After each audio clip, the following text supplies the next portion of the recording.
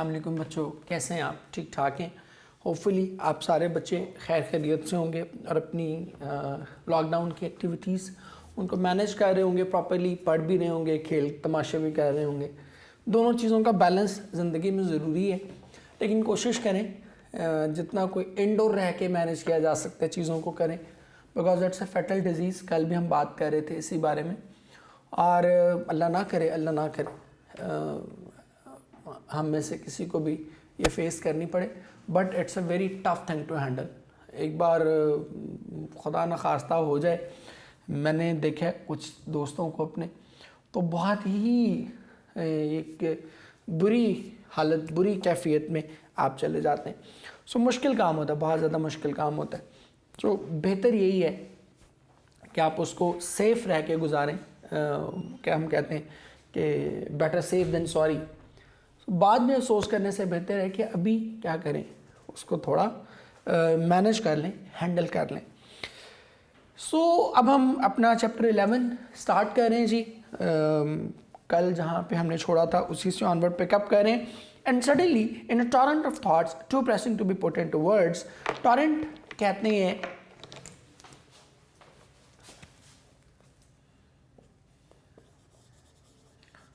Storm, तूफान, इसको आप कहते हैं।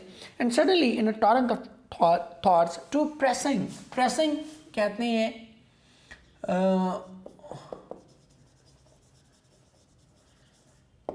इमोशनल, मूविंग, इस कॉन्टेक्स्ट में हम उसको इस्तेमाल जज्बाती कहते हैं। And then suddenly in a torrent of thoughts too pressing to be put into words. Severe, harsh के मानों में भी आप इस्तेमाल कर सकते हैं।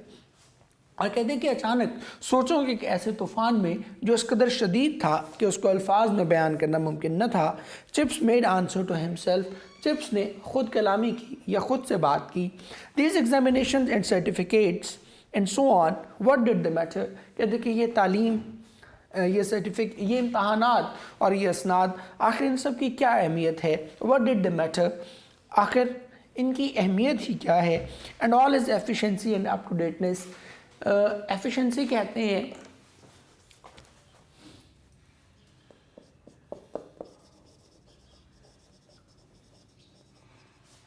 एक इफेक्टिवनेस, और अप टू डेटनेस कहते हैं मॉडर्निटी या इनोवेशन। कहते हैं इस तमामतर जिद्दत और इस तमामतर सलाहियत की भी आखिर क्या अहमियत है। What did the matter either, आखिर इनकी भी क्या अहमियत है। Rawlson was trying to run Brookfield like a factory. कहते हैं कि रॉल्सन ब्रुकफील्ड को एक फैक्ट्री की मानद चलाना चाह रहा था। A factory for turning out a snob culture based on money and machines. Snob culture कहते हैं एरोगेंट,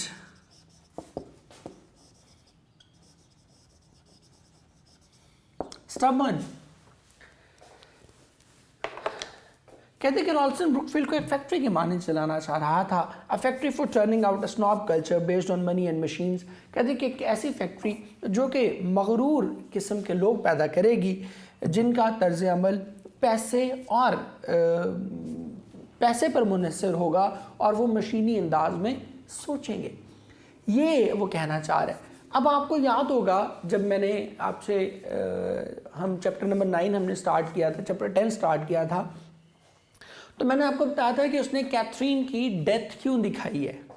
याद होगा अगर आप रेफर करें, पहले 2 लेक्चर्स जो मेरे थे चिप्स के हवाले से आपने लिए थे, उसमें मैंने आपको बताया था कि कैथरीन की डेथ दिखाने का one of the core purpose ये है कि कैपिटलिज्म के जितने पॉजिटिव्स थे वो उसने कैथरीन की सूरत में दिखा दिए थे कि इनोवेशन दिखा दी थी, मॉडर्निज्म दिखा दिया था, लिबरेशन दिखा दी थी, ह्यूमन राइट्स के हवाले से जो चीज़ें थी वो दिखा दी थी।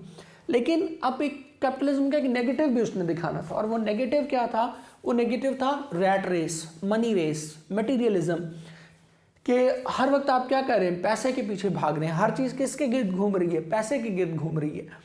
तो ये जो नेगेटिव कैपिटलिज्म का है, इसको दिखाने के लिए उसने कैथरीन को यूज़ नहीं किया, क्योंकि इतनी बड़ी हीरोइक फिगर जो उसने पोर्ट्रे की, अब उसको दोबारा उसका डाउनफॉल दिखाना नहीं चाहता। वो उसको वैसे ही उसने मार दिया, और इस नेगेटिविटी को दिखाने के लिए एक और कैरेक्टर लेकर आया है जिस कैरेक्टर का नाम है रॉल्स्टन। ठीक है, अब रॉल्स्टन के जरिए वो क्या कर रहा है, कैपिटलिज्म की नेगेटिविटी दिखा रहा है कि कैपिटलिज्म में हर चीज़ किसके गिर्द घूमती है, पैसे के गिर्द। और रॉल्स्टन भी बिल्कुल वैसे बिहेव कर रहा है कि वो स्कूल को भी कैसे चला रहा है, वो स्कूल को भी एक फैक्ट्री की तरह चलाना चाह रहा है। हालांकि स्कूल का काम, फैक्ट्री का बेसिकली काम क्या होता है, फैक्ट्री का बेसिक काम होता है पैसा अर्न करना, रुपया कमाना। स्कूल का बुनियादी काम रुपया कमाना नहीं होता, स्कूल का बुनियादी काम होता है एथिक्स सिखाना। इसीलिए वो कहते हैं कि ये सर्टिफिकेट एग्जामिनेशन, ये इनकी क्या अहमियत है।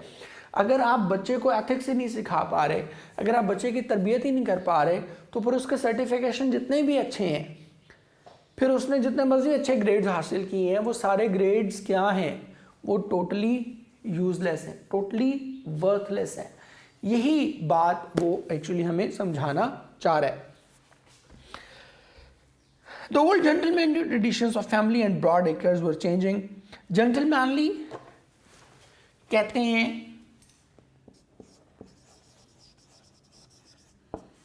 delicate,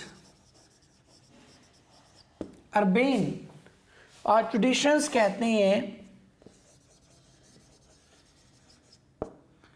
customs, रिवायात।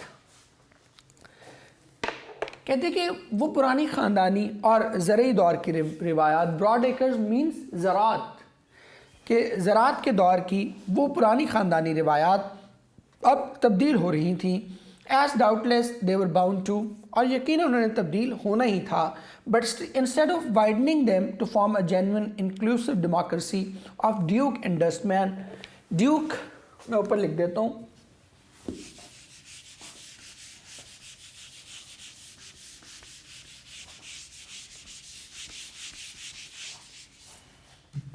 ड्यूक कहते हैं बैरनेट, नवाब, और डस्टमैन कहते हैं सर्वेंट, लोअर क्लास, और इंक्लूसिव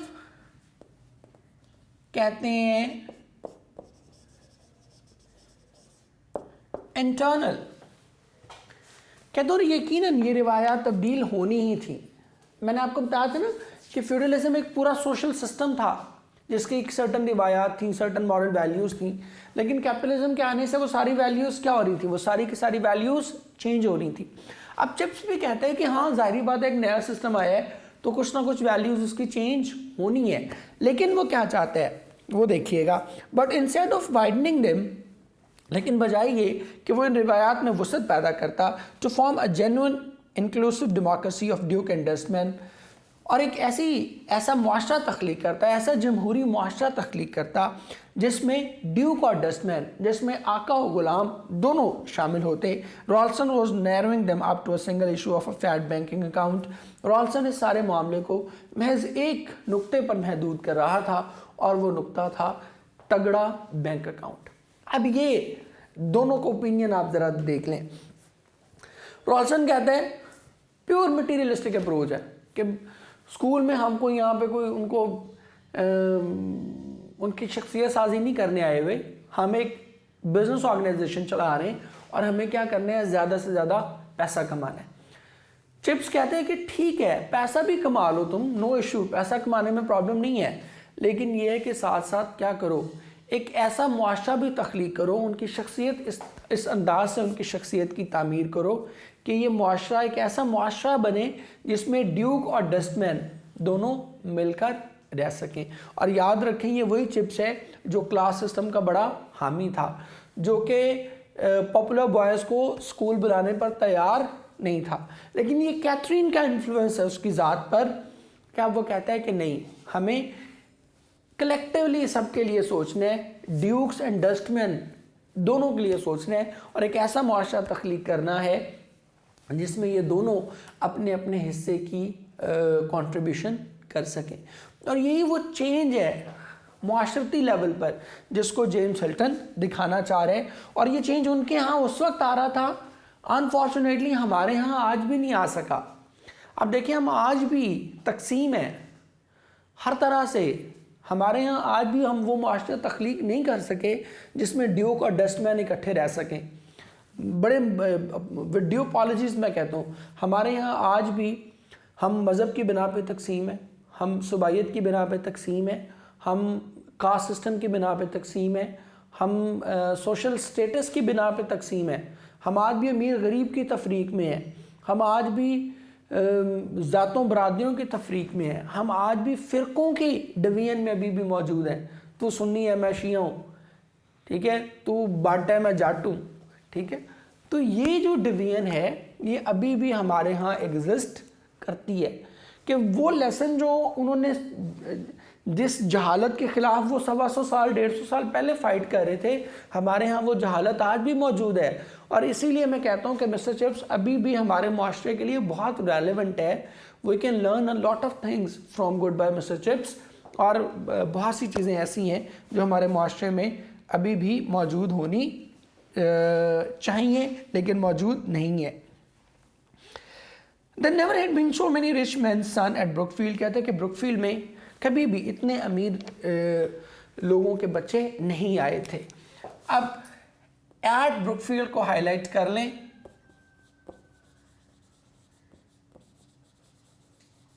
मैंने पहले कहा कि टिपिकल इंस्टीट्यूट के लिए आपने क्या यूज करना है, you will always use at. अब एट यूज करेंगे, इन यूज नहीं करेंगे। There had never been so many rich men's sons at Brookfield। कहते हैं कि ब्रुकफील्ड में कभी भी इतने अमीर आदमियों के लोग नहीं आए थे। The speech day garden party was like Ascot. Ascot ये घुड़सवारी की एक दौड़ है, मैं इधर लिख भी देता हूँ।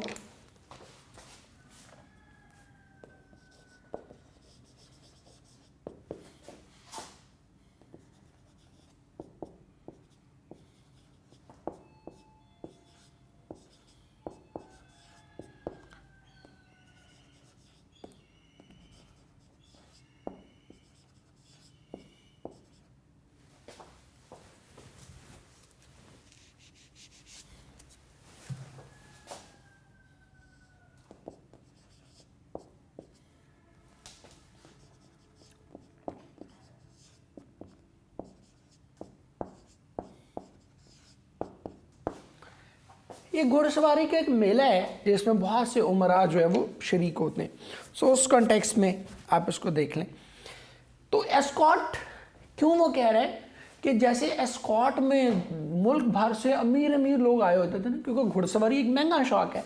तो जाहिर बात है जो एक मेले में घुड़सवारी के मुकाबलों पे जो शख्स आ रहा है वो घोड़ा भी बड़े शानदार होते होंगे, और ऐसे घोड़े ऑब्वियसली किसी आम मिडिल क्लास आदमी के पास नहीं होते थे। तो वहाँ पर क्या जाते थे, सिर्फ उमरा अमीर लोग, रिचेस्ट ऑफ द रिचेस्ट वो लोग जाते थे। तो वो जो speech day prize giving ceremony है जो उनकी सालाना हुआ करती थी, जिसमें बच्चों को प्राइज़ वगैरह मिला करते थे, उसमें इतने इतने अमीर लोग आए होते थे कि ऐसे लगता था कि ये जैसे कोई speech day prize giving ceremony नहीं है, बल्कि ये क्या है, ये कोई एस्कॉट हो रहा है। इतने अमीर लोग वहाँ पे आए हुए थे। Ralston met these wealthy fellows in London clubs and persuaded them that Brookfield was the coming school। कहते कि रॉल्सन इन अमीर लोगों को लंदन के क्लबों में मिला करता और उन्हें किसी न किसी तरीके से कायल कर लेता कि ब्रुकफील्ड एक उभरता हुआ स्कूल है। कमिंग का मतलब यहाँ पर एमर्जिंग होगा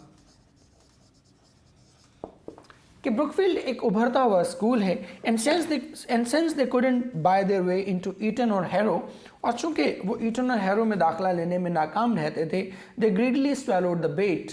बेट कहते हैं फरेब, धोखा, चीटिंग। कहते तो वो फौरन इस धोखे में, और चूंकि वो भी ईटन और हैरो में दाखला लेने के काबिल नहीं होते थे, लिहाजा वो फौरन उसके इस फरेब में, इस जाल में फंस जाते। अब ईटन और हैरो क्या हैं? ये दो बड़े स्कूल हैं। फर्स्ट ईयर एट हैरो आपने पढ़ा भी हुआ है, जो हमारे हीरोज़ का पहला चैप्टर है जब विंस्टन चर्चिल का, और ईटन भी इसी तरह का एक स्कूल है। तो अब वो वहाँ नहीं ले सकते थे, तो रॉल्सन क्या करता था, उनको किसी न किसी तरह ट्रैप कर लेता था। जैसे हमारे यहाँ आप इसकी मिसाल ऐसे समझ सकते हैं कि एक बच्चे को एचसन दाखला ना मिले तो वो क्या करेगा, वो उससे जो लोअर क्लास का स्कूल होगा, सपोज FC कॉलेज चला जाएगा, क्योंकि एचएन में तो दाखला नहीं मिल सका, तो फिर क्या करेगा, उसके सेकंड पे जो स्कूल आएगा उसमें चला जाएगा। Awful fellows, awful horrible, some of them though others were decent enough. कहते हैं कि उनमें से कुछ तो बड़े ही बदतमीज़ किस्म के लोग थे, अगरचे बाकी बड़े मुनासिब लोग थे। फाइनेंशरीज, कंपनी प्रमोटर्स, पिल मैन्युफैक्चरर्स। फाइनेंशरीज कहते हैं स्टॉक मार्केट से जो लोग वाबस्ता होते हैं, कंपनी प्रमोटर्स ये एडवर्टाइजमेंट से वाबस्ता जो लोग होते हैं, एंड पिल मैन्युफैक्चरर्स और इंडस्ट्रियलिस्ट दवाइयाँ बनाने वाले। अब ये तीनों उसने जो चूज़ किए हैं ना, आप इसमें देखिएगा एक चीज़ बड़ी आपके गौरतलब है कि ये तीनों के तीनों इंडस्ट्रियलिस्ट हैं। नो फ्यूडल हैज बीन कि ज़रा से मुतल का किसी शख्स का जिक्र नहीं है कि अमीर लोग अब कौन है, नए दौर के अमीर लोग कौन है। वो जो इंडस्ट्रियलिस्ट हैं, वो जो स्टॉक मार्केट में पैसा इन्वेस्ट कर रहे हैं, एडवर्टाइजिंग फर्म्स बनाई हुई हैं, पिल मैन्युफैक्चरर्स हैं। क्योंकि अब कैपिटलिज्म आ गया और कैपिटलिज्म ने सारी दौलत वो जागीरदारों से लेके किन को मुंतकिल कर दी है, इंडस्ट्रियलिस्ट को मुंतकिल कर दी है। One of them gave his son 5 pounds a week pocket money. कहते कि उनमें से एक तो अपने बच्चे को हफ्तावार 5 पाउंड जेब खर्च के तौर पर दिया करता था। अब ये उस दौर के हिसाब से बहुत बड़ी अमाउंट है। ऐसे ही है जैसे आपको हफ्ते में जेब खर्च के लिए 50,000 रुपये मिलना शुरू हो जाए, तो वो क्या है, बड़ी ही अजीबोगरीब बात है कि इतना पैसा आपने बच्चे को क्यों देना है। वल्गर, ऑस्टेंटेशियस, ऑस्टेंटेशियस कहते हैं, ऊपर लिख देता हूँ,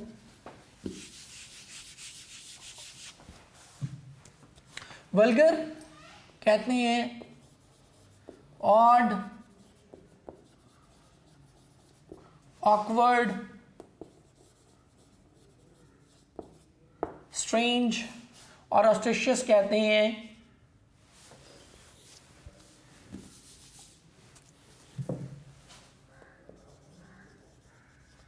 अगली। कहते हैं कि बहुत ही घटिया और फजूल बात थी।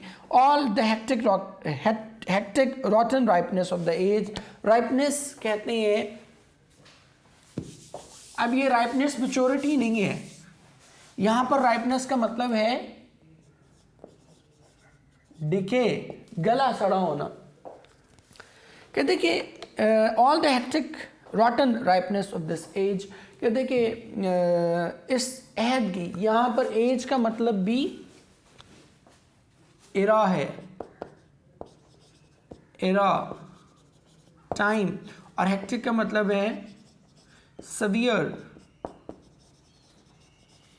Intense. All the hectic rotten ripeness of the age. कहते कि इस अहद की तमाम तर ये गली सड़ी पुख्तगी, नो सेंस ऑफ प्रोपोर्शन। कहते कि बराबरी का कोई एहसास न था। And it was a sense of proportion above all things that Brookfield ought to teach.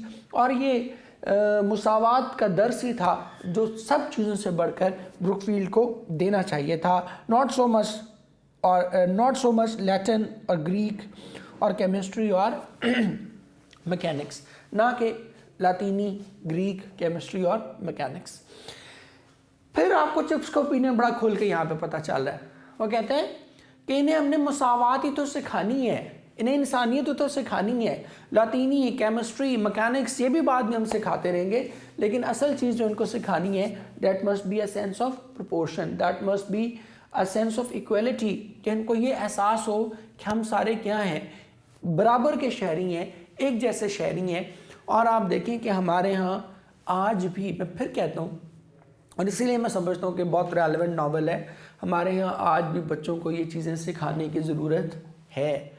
उन्हें आज भी ये बताने की ज़रूरत है कि अगर तुम अल्लाह की मर्ज़ी से किसी ऐसे घर में पैदा हो गए हो जो बहुत वेल ऑफ है, बहुत उम्दा, एक अल्लाह ने तुम्हें एक लाइफस्टाइल दे दिया है, बड़े अमीर घर में पैदा हो गए हो, तो तुम्हें कोई सुरखाब के पर नहीं लग गए, तुम्हें इसमें कोई तुम्हारा अपना कोई कमाल नहीं है। ये अल्लाह की रहमत है कि तुम्हें उसने एक खाते पीती फैमिली में पैदा कर दिया है, ठीक है, ये एक सो कॉल्ड ऊंची ज़ात में पैदा कर दिया है।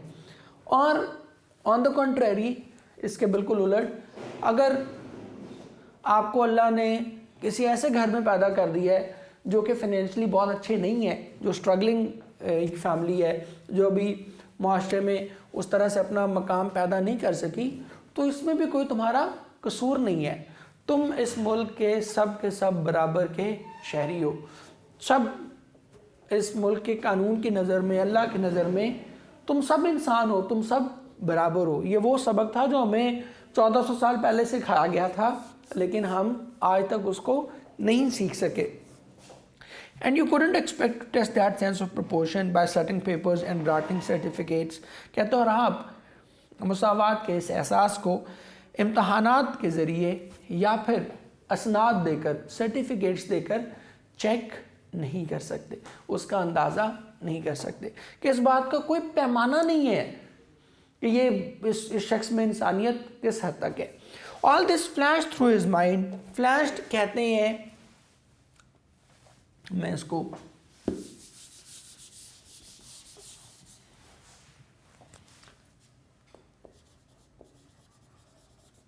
moved, traveled, all this flashed through his mind in an instant of protest and indignation। Protest कहते हैं रिवोल्ट, बगावत, इंडिग्नेशन कहते हैं disrespect,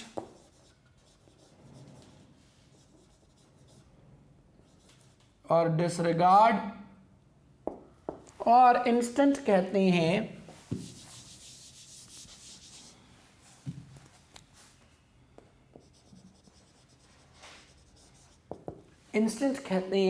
moment. All this flashed through his mind in an instant of protest and indignation। कहते हैं कि ये सब कुछ उसके दिमाग में एहतजाज और एहसास तौहीन के उस एक लम्हे के दौरान ही गुजर गया। बट ही डिड नॉट से अ वर्ड ऑफ इट, लेकिन उसने इसके मुतल्लिक एक लफ्ज़ तक न कहा। He merely gathered his tattered gown together. Tattered, worn out, फटा पुराना,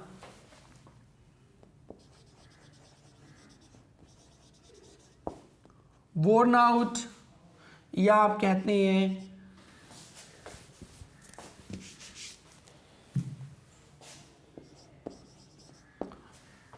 he merely gathered his tattered gown together। कहते कि उसने महज अपने उस फटे पुराने गाउन को इकट्ठा किया। and with an oomph walked a few paces away, और oomph करता चंद कदम दूर चला गया। he had had enough of the argument। कहते कि वो बहुत बहस कर चुका था। At the door he turned and said, दरवाजे पर जाकर वो मुड़ा और कहा, I do not intend to resign, मैं रिज़ाइन करना नहीं चाहता। And you can do what you like about it, और तुम इसके मुताल्लिक जो करना चाहते हो कर लो। अब ये एक ट्रू हीरो का कैरेक्टर हमें यहाँ पर नज़र आ रहा है। वो खुल के उसने कह दिया मैं नहीं रिज़ाइन कर रहा, जाओ तुमसे जो होता है ना कर लो। अब ये वो चिप्स है, याद रखें, जिसको एक टाइम पे अपनी नौकरी बचाना मुश्किल हुई थी, जिसको लगता था कि वो कभी सर्वाइव नहीं कर पाएगा ब्रुकफील्ड में, वो प्रमोट नहीं हो पाएगा ब्रुकफील्ड में, और अब वो रॉल्सन जैसे हेडमास्टर को, सख्तगीर हेडमास्टर को क्या कह रहा है कि मैं रिज़ाइन नहीं कर रहा, जा तुझसे जो कुछ होता है कर ले। तो यहाँ पर हमें एक ट्रू कैरेक्टर इमर्ज करता हुआ हीरो का नज़र आ रहा है। अब हम चलते हैं जी अपने ईडियम्स पे जल्दी से। ई से हमने स्टार्ट किए थे, लास्ट हमने किया था जी a fish out of water. इसके बाद हम अगला करने जा रहे हैं जी a fly in the ointment. Ointment कहते हैं जो मरहम होती है उसको। अब मरहम हम किसके लिए इस्तेमाल करते हैं? ज़ख़म पे मलने के लिए, ये वो। अब अगर उसमें मक्खी निकल आए तो क्या होगा? हम वो जो मरहम लगा रहे थे हम अपने ज़ख़म को हील अप करने के लिए, सुकून के लिए, तसल्ली के लिए, वो मरहम क्या होगी? वो उल्टा बदमज़ा हो जाएगी ना, मतलब आपका दिल ख़राब होना, मतली होना शुरू हो जाएगी आपको। तो इसीलिए रंग में भंग डालना, बदमज़गी पैदा करना, उसको हम क्या कहते हैं? a fly in the ointment. The party was going very well, but his presence proved a fly in the ointment. कहते कि पार्टी तो बड़ी अच्छी चल रही थी, लेकिन जो ही वो आया तो उसने क्या किया, रंग में भंग डाल दी. Fall flat, बेअसर साबित होना, कि कोई चीज़ गिरी और नीचे कोई इम्पैक्ट ही नहीं आया, वो जैसे थी वैसे ही आके धाम करके गिर गई बस. ना नीचे कोई उस पर, नीचे ज़मीन पे कोई इम्पैक्ट आया, ना उस चीज़ पर कोई इम्पैक्ट आया, तो वो क्या है, दैट इज़ फॉलिंग फ्लैट, बिल्कुल आके वैसे के वैसे ही गिर गई. तो इसीलिए जो चीज़ बेअसर साबित हो उसको हम क्या कहते हैं, fall flat. My advice fail flat on him, कि मेरी जो तजवीज़ थी वो उस पर बिल्कुल बेअसर साबित हुई. फॉल फाउल ऑफ, कि उसने क्या किया, झगड़ना. फाउल कहते हैं कोई गलती करना, हम कहते हैं ना फाउल प्ले, ये फाउल हो गया गेम में. फॉल फाउल ऑफ, कि किसी चीज़ पर झगड़ा करना शुरू करना, किसी गलत काम में गिर जाना, गलत काम में पड़ जाना. तो वो गलत काम क्या है, ऑब्वियसली झगड़ा है. He has fallen foul of his best friend for nothing, कि वो अपने बेस्ट फ्रेंड से बगैर किसी वजह के नाराज़ हो गया. फीदर वंस नेस्ट, अपना घर भरना. अब फीदर किसको कहते हैं, तिनके को, पर को. अब जब वो बनता है, घोंसला बनता है, तो वो क्या करता है, एक एक तिनका, एक एक पर जोड़कर वो घोंसला बनाया जाता है, एक एक उसमें फिटन किया जाता है पर या तिनका. तो आप क्या कह रहे हैं, अगर आप अपने ही उसमें नेस्ट में वो तिनका, हर तिनका जो आपको मिलता है वो अपने उसमें फीदर फिट किए जा रहे हैं, तो बेसिकली आप क्या कह रहे हैं, अपना घर ही भर रहे हैं, खुद को ही फ़ायदा पहुंचा रहे हैं. तो never take advantage of your official position to feather your nest, कि अपनी ऑफिशियल पोजीशन का फ़ायदा उठा के अपने नेस्ट को फीदर मत करें. आगे जी, फाइंड फॉल्ट विद, नक्स निकालना, ये इंपॉर्टेंट है. It is very easy to find fault with others, बड़ा क्लियर है, मतलब ही पता चला. फाइंड फॉल्ट, कि आप किसी की गलती तलाश कर रहे हैं. फर्स्ट एंड फोरमोस्ट, सबसे पहले और अव्वली. फर्स्ट पहला, फोरमोस्ट भी सबसे पहले. The first and foremost duty of a Muslim is to be loyal to Islam, कि पहली और सबसे अहम जिम्मेदारी क्या है कि वो इस्लाम के साथ जुड़ा रहे. फॉर गुड, फॉर गुड हमेशा हमेशा के लिए इसको हम यूज़ करते हैं. ही sold all his property and left the country for good. Next देखें जी, फ्रेंच लीव. फ्रेंच लीव हम कहते हैं जानबूझ के ज़बरदस्ती की बगैर तलाक की छुट्टी जो आप कर लेते हैं, उसको हम फ्रेंच लीव कहते हैं. He was fired for taking French leave very often, कहते हैं कि उसको बगैर तलाक के बार बार जो छुट्टी करता था उस वजह से उसको फारिग कर दिया गया. द फेयर सेक्स, फेयर कहते हैं नरमो नाजुक को, तो फेयर सेक्स कौन सी होती है, ऑब्वियसली औरत. वो कंपैरेटिवली नरमो नाजुक होती है, सिन्फ नाजुक कहते हैं इसको. The committee should have at least 2 members of the fair sex, कि इस कमेटी में सिन्फ नाजुक के ख़वातीन की 2 मेंबर्स होनी चाहिए. Then it to face the music, तनकीद का सामना करना, कि जो कुछ आपने किया है, जब उस पर बार ढोल बजेगा, जब उसकी बाहर मशहूरी होगी, उस पर लोग चीखेंगे, तनकीद करेंगे, तो आपको वो म्यूज़िक भी फेस करना पड़ेगा, तनकीद का सामना करना पड़ेगा. You will have to face the music for your misdeeds, कि आपको अपनी जो मिसडीड्स हैं उनकी तनकीद बर्दाश्त करनी पड़ेगी. To fish in troubled waters, troubled water, अब यहाँ पर फिश का मतलब वो नहीं है मछली, यहाँ पर फिश का मतलब है किसी को कांटा डाल के फ़ायदा उठा लेना ना. फिश करना क्या होता है कि आप किसी को फरेब दे के, धोखा दे के उससे फ़ायदा उठा लें. तो ट्रबल्ड वाटर, मुश्किल वक्त, कि आप मछली पहले ही पानी, एक ऐसे पानी में है जो जहाँ पे उसके लिए तैरना मुश्किल है, ट्रबल्ड वाटर है उसके लिए, और आप ऐसे वक्त में क्या करें, कुंडी डालें और उसको पकड़ लें, क्योंकि वो ऑलरेडी परेशान है, उस पानी में उसके लिए तैरना मुश्किल है, तो आप उसकी मुश्किल का फ़ायदा उठा लें. तो यहाँ इसी कॉन्टेक्स्ट में इस्तेमाल होता है ये, दूसरों की मुश्किल से फ़ायदा उठाना. The extremist were fishing in troubled waters by spreading anarchy during the political uncertainty, कि पॉलिटिकली अनसर्टेनिटी थी, तो उन्होंने क्या किया, उन्होंने भी इस मौके से फ़ायदा उठाया और दहशतगर्दी की कार्रवाइयाँ शुरू कर दी. ले बेटे, आज के लिए हम इतना ही करेंगे, कल इंशाल्लाह फिर हम बाकी का अपना यहीं से इसको कंटिन्यू करेंगे. टिल देन आप सब बच्चों के लिए बहुत सी दुआएं, जीते रहें, खुश रहें. अल्लाह हाफ़िज़.